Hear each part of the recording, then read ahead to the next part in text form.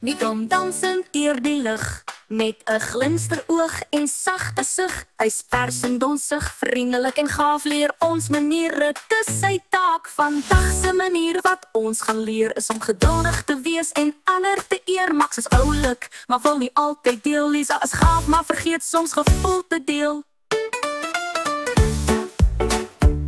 Max en Lisa hardloop saam, maar die park het blink en gaan.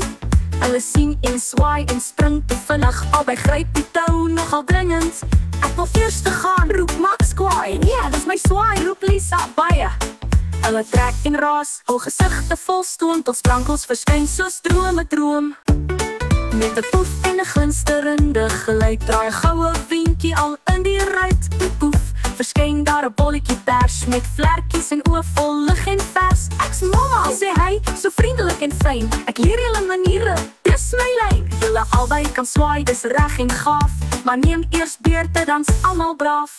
Een gaan eerste, die ander wag mooi, dan's daar pret en vreugde vir elkeen, glo my boy. Lisa klim op en swaai hoog en vry, en Max help stoot met lag en bly. Hy glimlag breed en gee toe 'n cheer. Nou is dit jou beurt, ek wag sonder hier. Toe Max swaai, juig Lisa hard. Jy's 'n vuurpyl, sy hou haar hand voor haar hart. Max vlieg hoog soos 'n ster in die lug. Lisa klap hande met vreugde en sug, en vir mamma verdwyn gee hy 'n prys, 'n persster wat skitter soos emelwys. Julle het gedeel en vriendelik gewag, dis die manier wat die wêreld sag maak. Mamma waai totsiens met 'n glinster en lag, en verdwyn in die wind met sy manier magte krag.